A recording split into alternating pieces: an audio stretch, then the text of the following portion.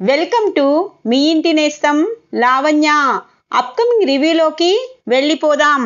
శరత్ చంద్ర భూమి గగన్ గురించి ఆలోచిస్తూ ఉంటారు. భూమి ఆ గగన్తో వెళ్ళిపోతే నేను ఎలా తట్టుకోగలను? భూమిని పూర్తిగా గగన్ నమ్మించాడు.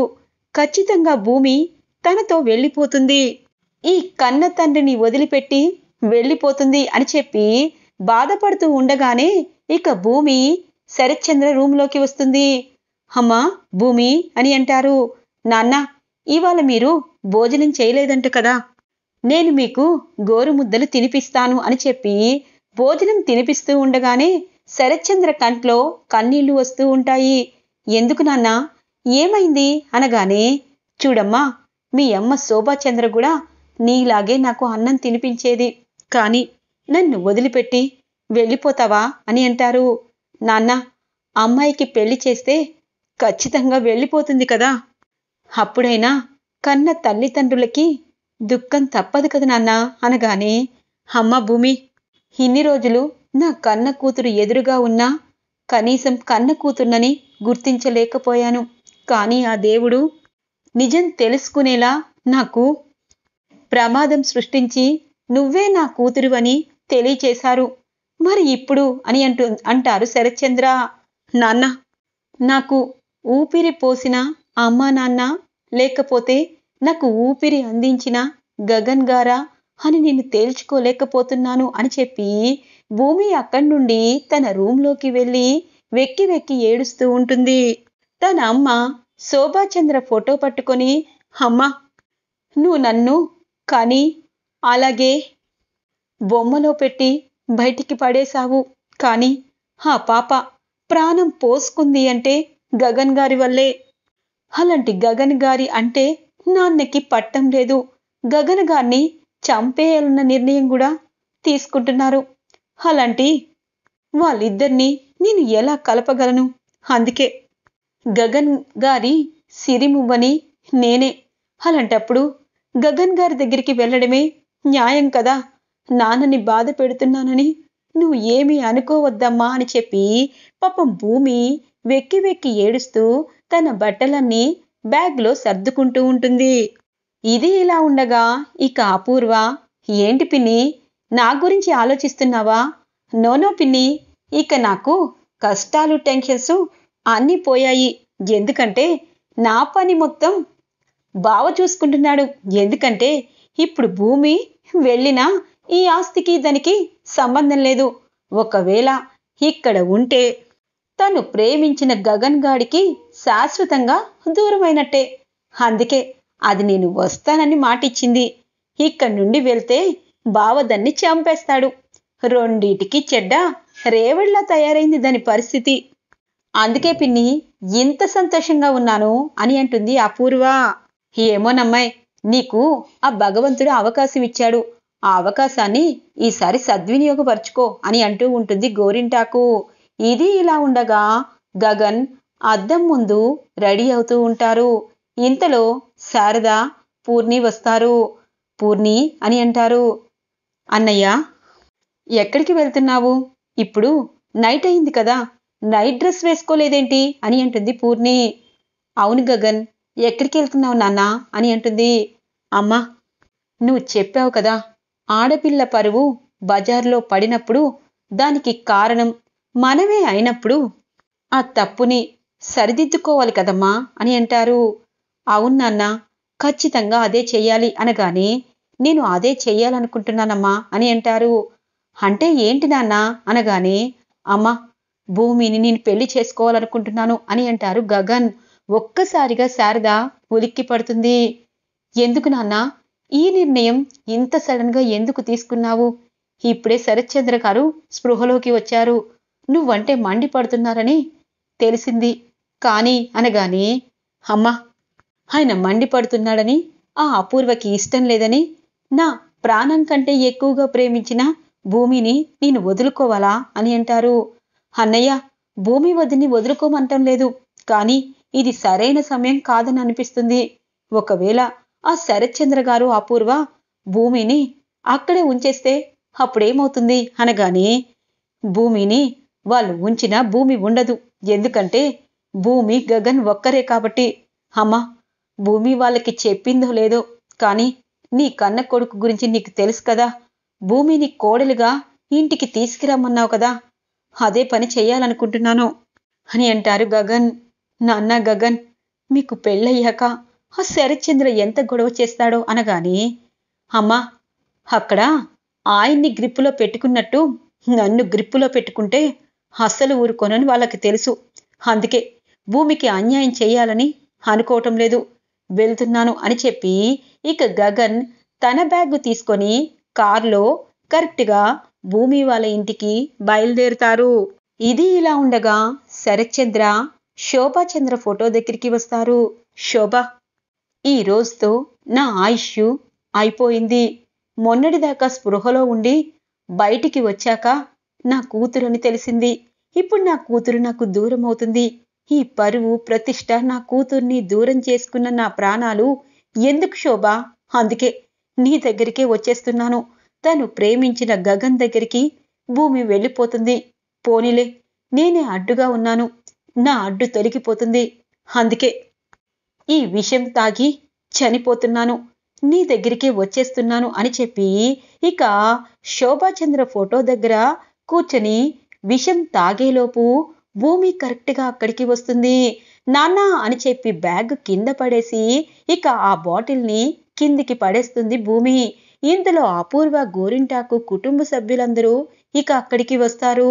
నాన్న, ఏంటి పచ్చి పని అనగానే, అమ్మా, ఒకటి తెలుసా, కన్న పిల్లల్నెవరూ కన్న తల్లిదండ్రులు చంపుకోలేరు. ప్రాణాలు పోయినా వాళ్ళని కాపాడతారు. కానీ నీకు నచ్చిన గగన్తో నువ్వు వెళుతున్నప్పుడు నేనిక ఎందుకు? అందుకే చనిపోవాలనుకుంటున్నాను. అపూర్వ, నాకు ఆ విషయం ఇవ్వు అనగానే, అమ్మో, బావ చనిపోయేవాడా? ఏ భూమి, ఎందుకు ఆయన కన్న కూతురు అని తెలిసాక సంతోషం లేకుండా ఆయన్ని ఇలా చేస్తున్నావు? వెళ్ళు, ఆయన చచ్చాక శవాన్ని దాటుకొనైనా వెళ్ళు అనగానే, పిన్ని, నాన్నగారు గగన్ గారి విషయంలో పొరపడుతున్నారు.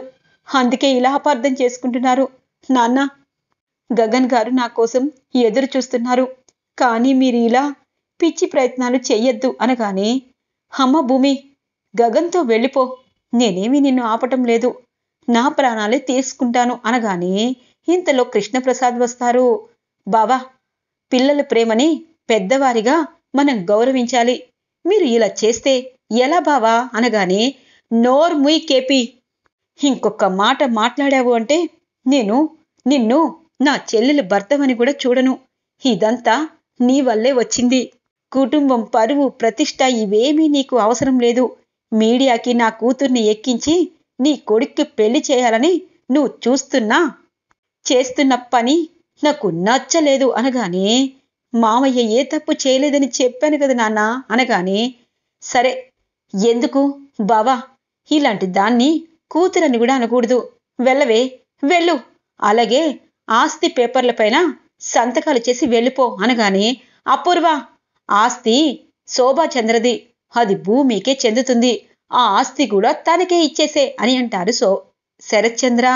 అమ్మో, ఏదైతే ఈయన విషం తాక్కుండా నిజాలే మాట్లాడుతున్నాడు, ఇప్పుడు ఎలా అని చెప్పి అంటూ ఉండగానే, నాన్న, నేను వెళ్ళను, కానీ ఒకటి మాత్రం నిజం, జీవితాంతం గగన్ గారినే భర్తగా ఈ ఇంట్లోనే శాశ్వతంగా ఉండిపోతాను.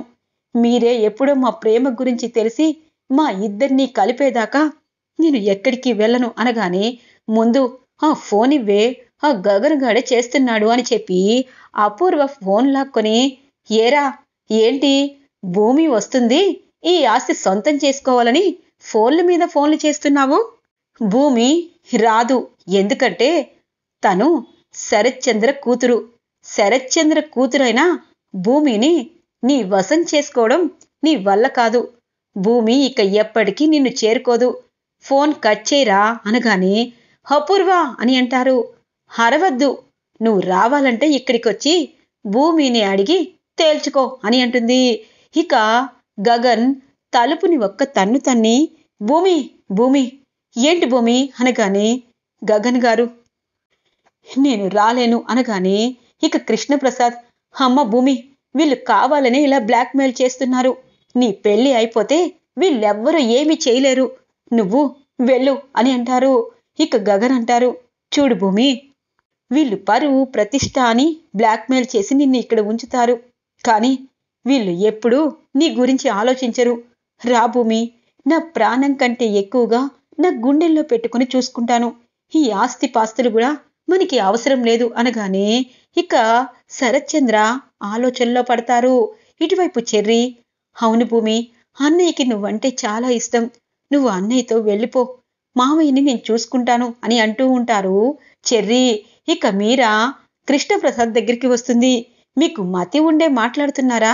అసలు ఆ గగన్ గాడి ప్రేమ నిజమైన ప్రేమే కాదు. అన్నయ్యకి ఇష్టం లేకపోతే భూమి ఆగిపోయింది. ఇంకా మళ్ళీ మీరెందుకు భూమిని వెళ్ళమంటున్నారు? అమ్మ భూమి, నువ్వు నా మేనకోడలివి. మా ఇంటి పరువు నువ్వు తీయాలని అనుకోవు. నువ్వు వెళ్ళరా అని అంటుంది. చిన్నమ్మ, భూమి వస్తున్నావా రావట్లేదా అనగానే ఇక భూమి గగన్ కళ్ళ వైపు చూస్తుంది.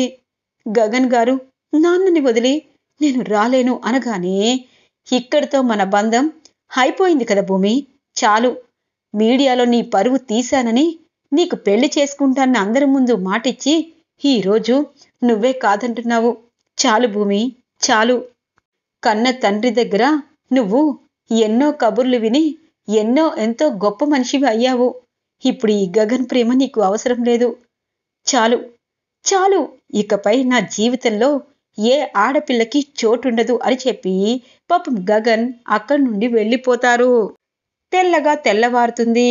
ఇటువైపు భూమి దగ్గరికి వస్తారు కేపీ, శరత్చంద్ర, అపూర్వ, ఇక కృష్ణప్రసాద్ వెనకాలే వస్తారు.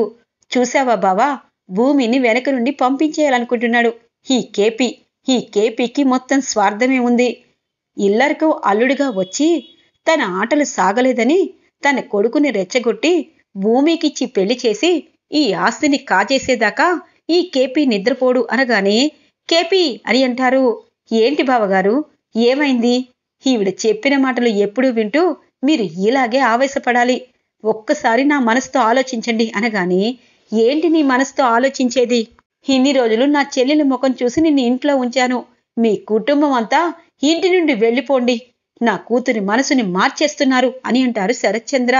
ఇందులో చెర్రి, ఇందు, మీరా వస్తారు. అన్నయ్య అనగానే అవునమ్మా, నీ భర్త కావాలి అంటే కేపీతో వెళ్ళిపో, లేకపోతే ఈ అన్నకి చెల్లెగా జీవితాంతం నా ఇంట్లో ఉంచుకుంటాను అని అంటారు. అది బాగా పెట్టాను అని అనుకుంటుంది అపూర్వ. శరత్చంద్ర, నువ్వు నిజంగా మూర్ఖుడివి. నిజమేంటో అబద్ధమేంటో తెలుసుకోకుండా నీకు నచ్చినట్టు వాగుతూ ఉంటావు.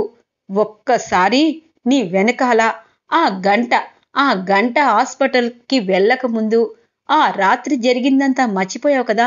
అది ఎప్పుడో ఒకసారి గుర్తుకొచ్చాక నేను విషనాగు పగడలో నోట్లో ఉన్నానని గుర్తు పెట్టుకుంటావు.